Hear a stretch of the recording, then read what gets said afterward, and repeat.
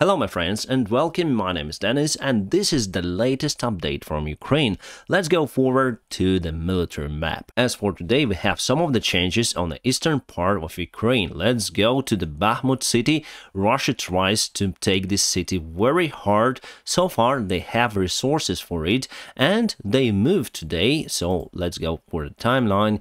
It happened yesterday. And before, like 3 days ago, it was like that, so they barely took this crossroad over here, but after that successfully offended towards the north part, and they are very close to Pidhorne village, and probably they're gonna use this village as their forepost for taking the city from the north part. Now Ukrainian side has a defense line ongoing near to Bakhmut. This one is very significant over here, and Russia tries to bypass it through Pidhorne village. They will go to Yahidne and try to attack from this direction, but still they need to cross the river over here. This river is kind of thin there and they may build the bridge very fast. So I think for Ukrainian forces this is the huge part to protect Pidhorne and the M03 road on the north from Bakhmut. The city itself is kind of populated, however most of the citizens left it for good and Russia continued to strike the city every day. If we go however to the fire detection, you see that they struck just recently this part of the city, fresh shells there.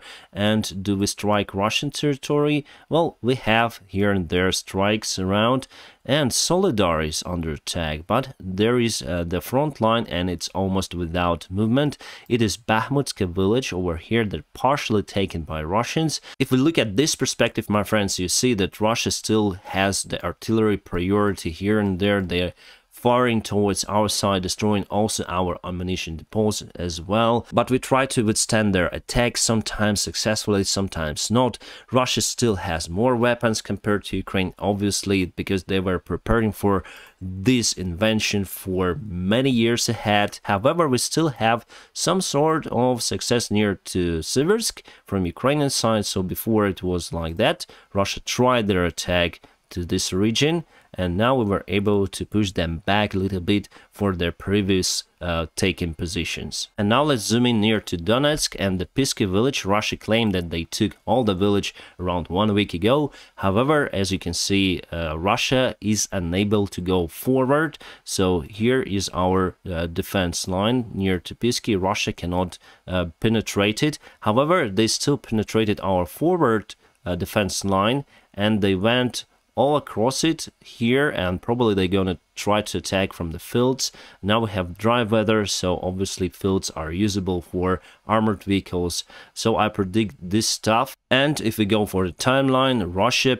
pushed quite far today. As I say to you, they are taking fields to attack Pisky from the this part from the south, taking also this major crossroad. So I think it's just a matter of time, then they will take all of the Pisky village, unfortunately. And from Donetsk, let's go to Zaporizhia and Energodar city, which is famous because it has the nuclear power plant, the biggest one in Europe, Zaporizhia nuclear power plant. Today we got the interesting information coming from this side. As you can see, it's controlled by the Russian forces, and Russians disconnect the nuclear power plant from the energy supply. So it's just working on idle, as I see it, and does not supply energy elsewhere. So that is why all of those regions on the south here and near to Kherson and Kherson city itself were without electricity all the day long, and I don't know whether they shut down the nuclear power plant, because it's impossible to shut it down, because fission reaction is ongoing for decades, depends on a reactor type, and it is very harmful for a nuclear power plant to not supply the energy, because it has the energy, the nuclear energy, and it needs to go somewhere. You need to put it elsewhere. You cannot just put it on idle for a very long time. So I admit that Russia is playing with our nerves and nerves of our partners, because they want peace negotiations now here with Ukraine, because they are now struggling. We are in some sort of coffin corner situation where Russia cannot attack because they are in lack of resources, and Ukraine cannot perform counterattacks because we are in lack of resources as well. First of all, military weapons that we don't really have in enough quantity to attack Russians, but the quality is the best so far. So Western-made weapons are the best out there, and Russia has more quantity but less quality of the Soviet-made weapons. Most of the Russian weaponry were modernized using the Western-made technologies, and now with the sanctions applied, it's just a matter of time then Russia lose its own resource, military, the major one resource that they have for this war. And if we speak about the strategy that Ukraine implemented to Kherson region, my friends, today, by the way, Russia tried to attack Ukraine territory for like 8 times, and we successfully resisted and put them down to their positions. Well, here we cut the supplies for Russians, destroying Antonovsky Bridge and Novakhovka Bridge, not the dam itself, and Russians are trapped here.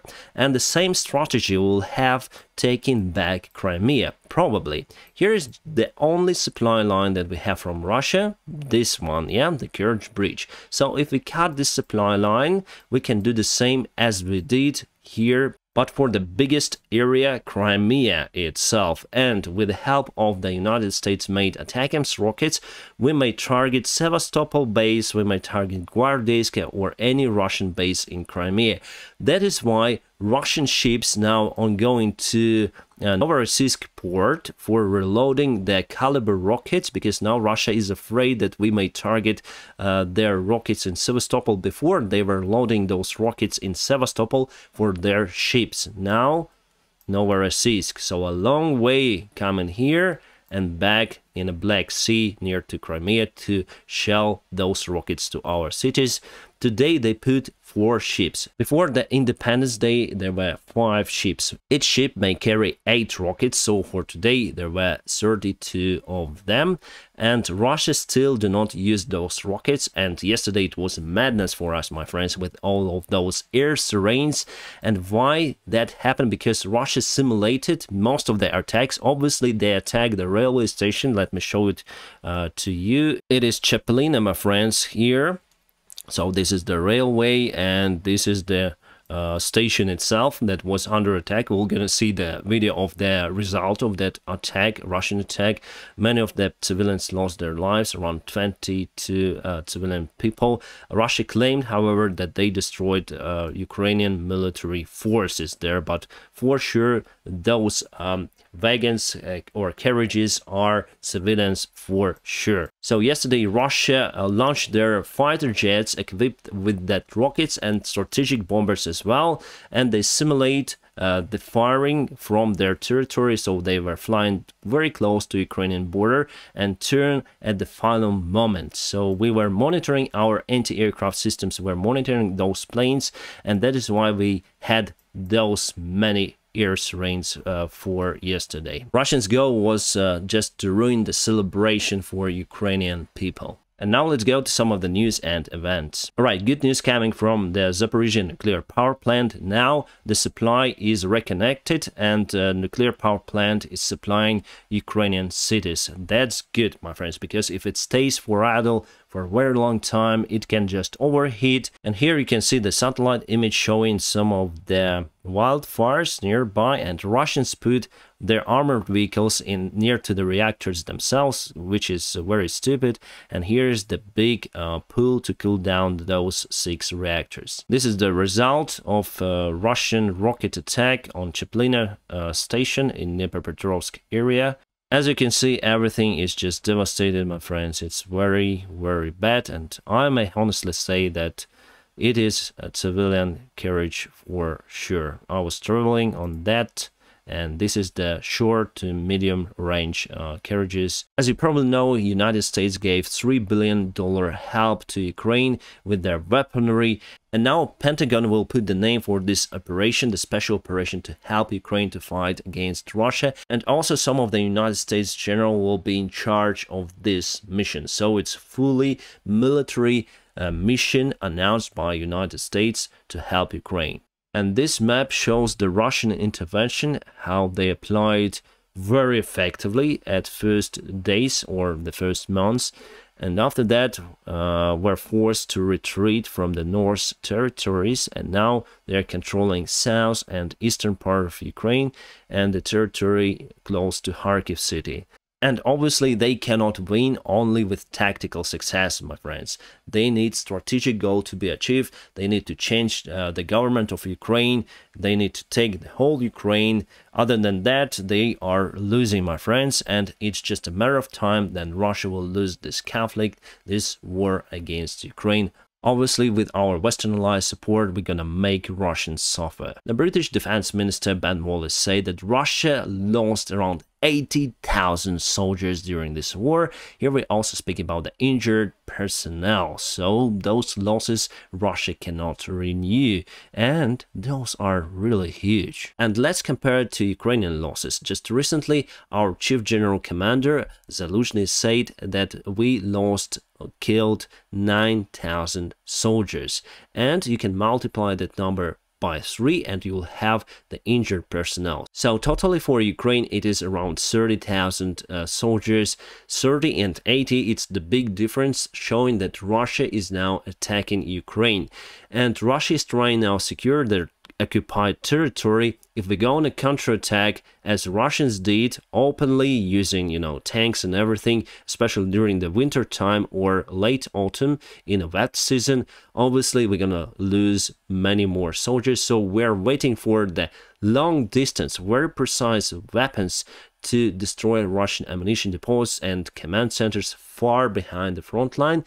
That will minimize our own losses. Our soldiers are very important for our country. Now, Starlink lowered the subscription rate for Ukrainians. Now it's 60 bucks instead of 100. So it's awesome, my friends. Just to remind you, if you want to use the satellite internet from Elon Musk, you need this transmitter antenna itself, and also you need to pay subscription rate $100 per month. For Ukrainians it's now 60. Awesome. Kind of interesting information. Russia put aviation armada to Ukrainian borders. Those are 400 military airplanes and 360 helicopters, and 150 of those are attack helicopters.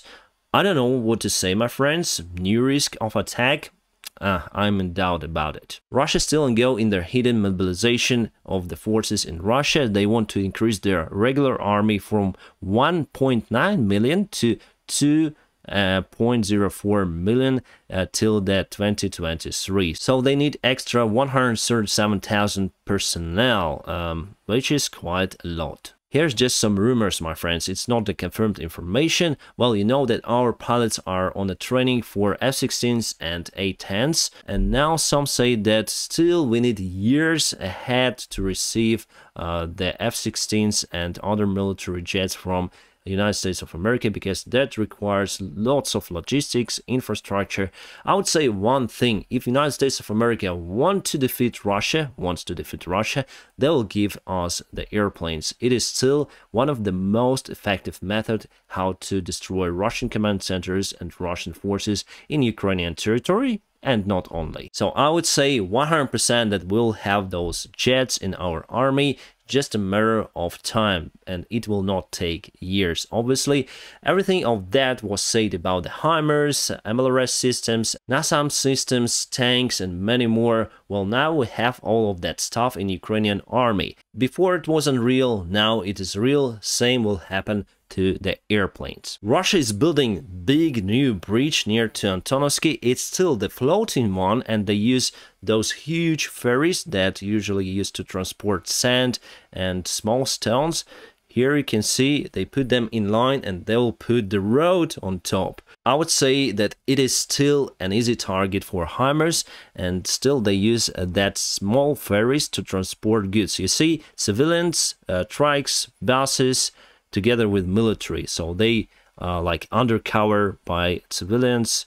If Ukraine fires towards that ferries, they may also harm civilians. That is why we do not destroy those ferries in that location, but we're gonna destroy that interesting bridge that they are building there. We already were speaking about those mortar drones that Taiwan will deliver to Ukraine. Well, those been delivered already, and I hope to see some of the photos from the front lines or even videos. German-made Gepard tanks already been delivered to Ukraine. Those are anti-aircraft tanks, very effective compared to Russian analogs, and I heard and so many of the comments saying that Switzerland is not going to give the weaponry for that tank and Germany will refuse giving them to Ukraine. Well, what is unreal happens now in real, my friends. So it's just a matter of time, then we'll see more sophisticated weapons delivered to Ukraine. I'm 100% sure about it. Ouch! Yeah, we have some of the flies just flying around. Need some stuff to get rid of them.